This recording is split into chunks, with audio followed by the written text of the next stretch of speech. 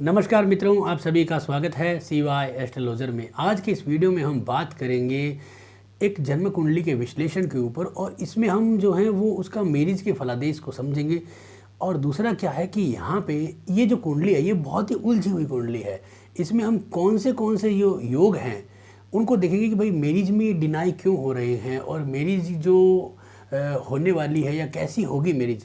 देखिए, बहुत ही महत्वपूर्ण वीडियो है। इसमें हम लग्न और नवमास दोनों को लेंगे और इसमें जो भी दोष बने हैं, योग बने हैं, उनको हम समझेंगे।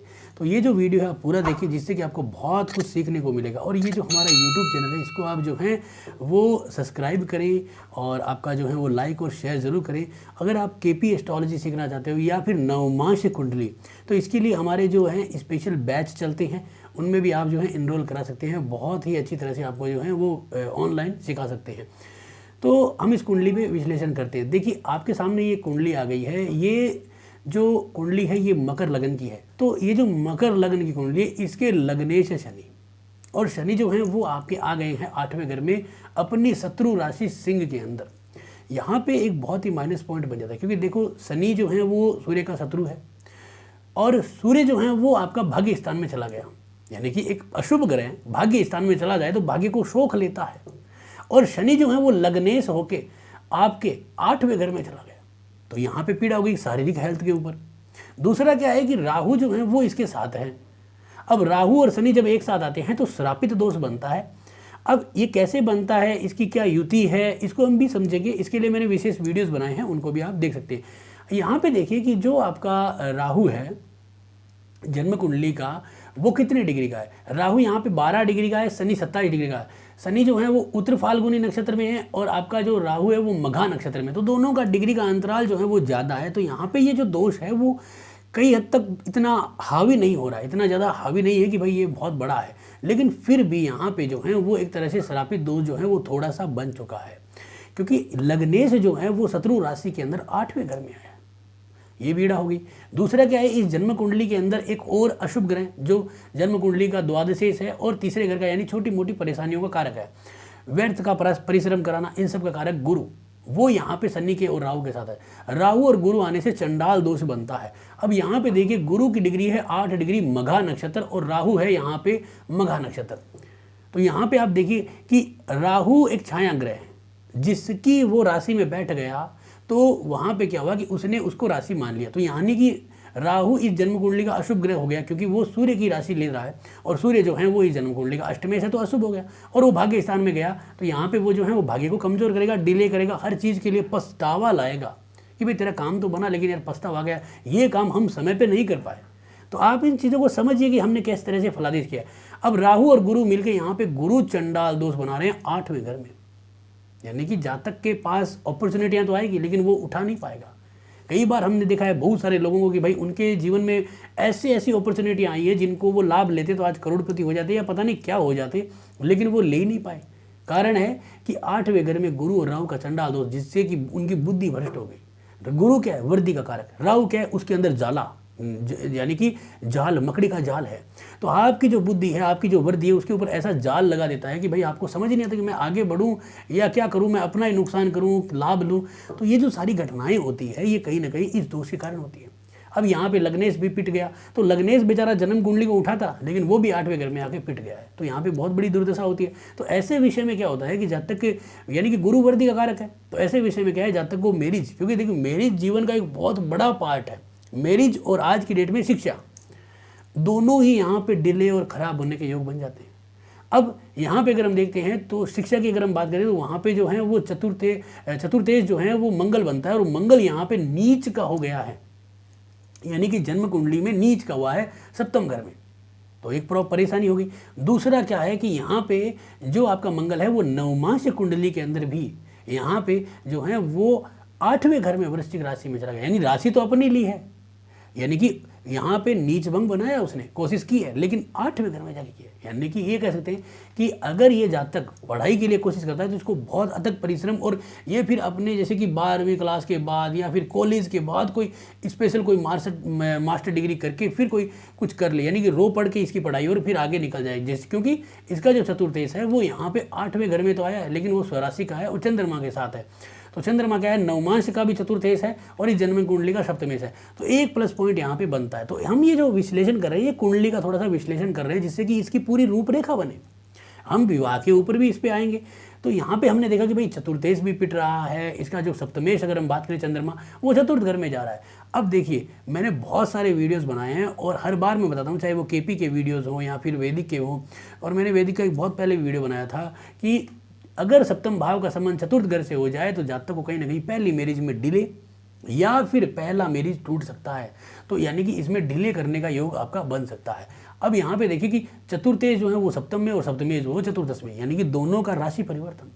और इसमें क्या हुआ कि जो आपका चतुर्थेश था वो नीच का और हो गया, यहाँ पे एक पीड़ा हो गई। तो यानी कि हम ये कह सकते हैं कि या तो इस जातिका का विवाह खराब हो जाए या फिर ये डिले हो जाए। तो इन सब चीज़ों के योग यहाँ पे बन रहे हैं। अब अगर हम यहाँ पे देखें, अष्टमेश जो है वो भाग्यस्थान नवम घर में आ गया, इसका मालिक बुध जो है वो सब 10वें घर में शुक्र के साथ है। तो यानी कि मैरिज के अंदर कुछ तो प्लस पॉइंट है कि जब तक कि लेट डेट कभी भी कभी मैरिज तो होगी, ये यहाँ पे थोड़ा सा एक प्लस पॉइंट बना हुआ है। शुक्र जो है वो जन्म कुंडली के अंदर विवाह का एक नेचुरल ग्रह है, नेचुरल कारक है। अब वो यहाँ पे जो है वो मालव्य राजयोग में बैठा है और आपका नवमांश में भी मालव्य राजयोग में है। तो ये एक प्लस पॉइंट है कि जन्म कुंडली को उठाने वाला ग्रह शुक्र है, जो इस जन्म कुंडली में विवाह जैसे योगों को बनाएगा, या डिले होके कि भाई देर आएगा दुरुस्त आएगा लेकिन आ जाएगा विवाह।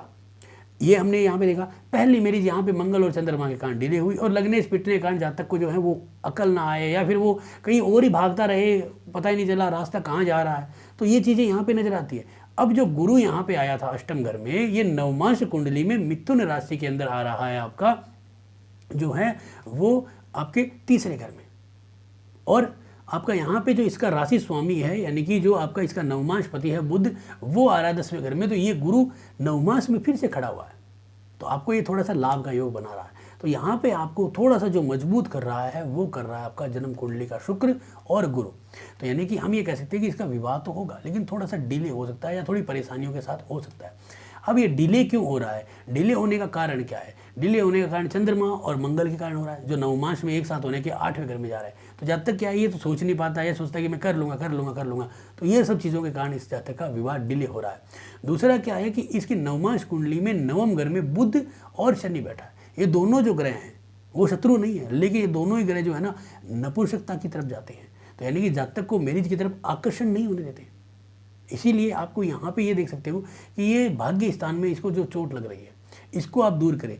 अब अगर हम इस जन्म कुंडली के अंदर कुछ उपाय करें विवाह के लिए, क्योंकि आप अगर इसका सर्वाष्टक वर्ग देखोगे तो यहाँ पे सप्तम घर में 26 पॉइंट है, तो विवाह के तो योग बन रहे हैं। अब यहाँ पे जो 40 पॉइंट आ रहे हैं ना छठे घर में, ये इसको रोक रहे हैं, यहाँ पे रोक रहा है कि भाई इसका डिले हो, नौकरी लगने के बाद हो या फिर किसी भी तरीके से हो। तो यहाँ पे आपको यही देखना है कि भाई इस कुंडली में हम क्या उपाय करें। अब देखिए, उपाय के लिए जातक फंस जाएगा। अगर हम मांगलिक को देखें तो लगन में मांगलिक और नवमांश में मांगलिक, डबल मांगलिक योग बन गया है। अब इस जातक का उपाय क्या करें? इस जातक के लिए सर्वश्रेष्ठ उपाय होता है, सबसे पहले तो मांगलिक पूजा करवानी चाहिए, क्योंकि इसमें क्या होता है कि पति को दुर्घटना का भी योग बन जाता है, क्योंकि अष्टम घर में आपके इस तरह का जो दोष होता है वो गुरु चंडाल दोष, शनि के साथ श्रापित दोष, और आपका जो नवमांश में भी जो आपका सप्तमेश है वो अष्टम भाव में चला जाए तो इसलिए पहले तो आपकी अपनी मांगलिक पूजा करवाई जाए। उसके बाद क्या है कि एक बहुत ही विशेष उपाय बताता हूँ, यानी कि आपकी ये लाल किताब का एक उपाय है कि अगर विवाह हो नहीं रहा है, बहुत डिले हो रहा है, जैसे इस जातक का जो कुंडली है वो है 79 का बर्थ है, 79 बहुत डिले हो गया इसका। तो यहाँ पे क्या है कि आपको ये देखना है कि शुक्र सप्तमेश और आपका गुरु वर्दी का कारक है, शुक्र जो है वो आपका कारक है आपके विवाह का या ये जो आपके वैवाहिक जीवन का, और लग्नेश यानी कि सप्तमेश। तो सप्तमेश यहाँ पे चंद्रमा बनता है। चंद्रमा किसके नक्षत्र में? चंद्रमा भरणी शुक्र के नक्षत्र में, यहाँ पे कोई दिक्कत नहीं है। शुक्र जो है वो आपका किसके नक्षत्र में? शुक्र यहाँ पे चित्रा मंगल के नक्षत्र में, कोई दिक्कत नहीं है। अब आइए गुरु के ऊपर। गुरु यहाँ पे जो है वो आपका मघा नक्षत्र में है, मघा केतु का नक्षत्र है। यहाँ पे आपको जो है वो एक उपाय करना है कि आपको ये देखना है कि अगर आप आज ये वीडियो देख रहे हो या जब भी ये वीडियो देख रहे हो, तो जब ये मघा नक्षत्र आपके सामने आ रहा है तो उस दिन से एक टारगेट बनाए कि भाई आज मैं अपना लड़का हो या लड़की हो, कि आज मैं सोचता हूँ कि मेरे ये पुत्र या पुत्री जो भी है आज जन्मा है, और आज के ठीक 27 दिन बाद वो मघा नक्षत्र आएगा, तो उस दिन उस लड़की का जो है या लड़का जो है उसका गंड मूल करवा दीजिए इस मघा नक्षत्र का। ये उपाय जो है ना, ये थोड़ा सा बचकाना टाइप का होगा, क्योंकि ये उपाय होता है बच्चे के जन्म के ऊपर। जब हमारे घर में कोई बच्चा जन्म लेता है और वो अगर गंडमूल नक्षत्रों में आ जाता है, जैसे गंडमूल नक्षत्र क्या होता है, बुध के 3 और केतु के 3, यानी कि दोनों मिला के 6 नक्षत्र होते हैं। इन नक्षत्रों में अगर कोई जातक का जन्म होता है तो वो गंडमूल नक्षत्र है। इसके लिए भी मैंने एक वीडियो बनाया है जो आपको मेरे इस यूट्यूब चैनल पर मिल जाएगा। तो ये क्या है, अशुभ नक्षत्र होता है।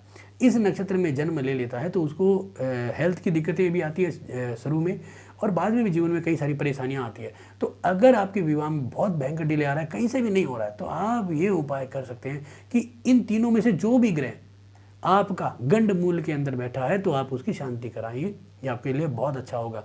और अगर मान लीजिए कि 2 ग्रह बैठे हैं, अब ये भी आपका एक पर्सन हो सकता है, अगर 2 ग्रह बैठे हैं जिनमें से जो ग्रह ज़्यादा अशुभ हो रहा है उसकी शांति करा दी। जैसे मान लीजिए शुक्र तो यहाँ पे पॉजिटिव है और आपका गुरु यहाँ पे पॉजिटिव नहीं आ रहा है, गुरु बहुत ज़्यादा खराब हो रहा है, तो आप इस गुरु की शांति कराएं। यानी कि आपको गुरु का जो मगा नक्षत्र, जो आज मान लीजिए वीडियो देख रहे हो, आज जो भी नक्षत्र चल रहा है, अब आगे जैसे कि हमने जो है देखना कि भाई 5 दिन बाद मगा नक्षत्र है, तो उस दिन हम टारगेट मान लें कि भाई आज मेरी लड़के या लड़की का विवाह, और आज के 27 दिन बाद जो है किसी भी योग्य पंडित से ग्रह गंड मूल की शांति करा लीजिए। ये मानिए कि आपके विवाह का जो ताला जो लगा हुआ था वो कहीं ना कहीं खुल जाएगा, लाभ हो जाएगा। ये एक परफेक्ट उपाय है। और जो लाल किताब के अंदर दिया हुआ है, जो बड़े बड़े लाल किताब के ज्योतिषाचार्य हैं, उनकी रेमेडीज़ के अंदर आपको ये उपाय मिल जाएगा। तो आप इसका करिए जिससे कि आपको बहुत अधिक लाभ होगा। तो आज जो ये उलझी हुई कुंडली थी, क्योंकि ये बहुत उलझी हुई कुंडली है, इसमें आप देखोगे तो सारे ग्रह कहीं ना कहीं फंस रहे हैं। लग्नेश फंस रहा है, चंद्रमा फंस रहा है, आपका मंगल फंस रहा है। तो इन सब को कैसे निकालेंगे, सूर्य भी यहाँ पे आ रहा है, तो इन सब को निकालें, क्योंकि इसमें नवमांश में भी देखो राहु और सूर्य का ये जो दोष बन रहा है ना, ग्रहण दोष चतुर्थ घर में, यानी कि आपका सुख स्थान में नवमांश में पति से संबंधित सुख को, तो वो भी एक पीड़ा में हो रहा है। कर्म स्थान में केतु बैठा है। तो ये सारे जो दुख है ये सब मिटाने के लिए, विवाह करने के लिए आप ये शांति कराइए, उसके बाद आप आगे बढ़ सकते हो जिससे कि आपको लाभ होगा। इसके लिए जैसे ये जाति का है या जातक है, तो ये अगर कोई रत्न पहनना, तो इसमें शुक्र बहुत मजबूत है, तो शुक्र का रत्न पहनने में लाभ होता है।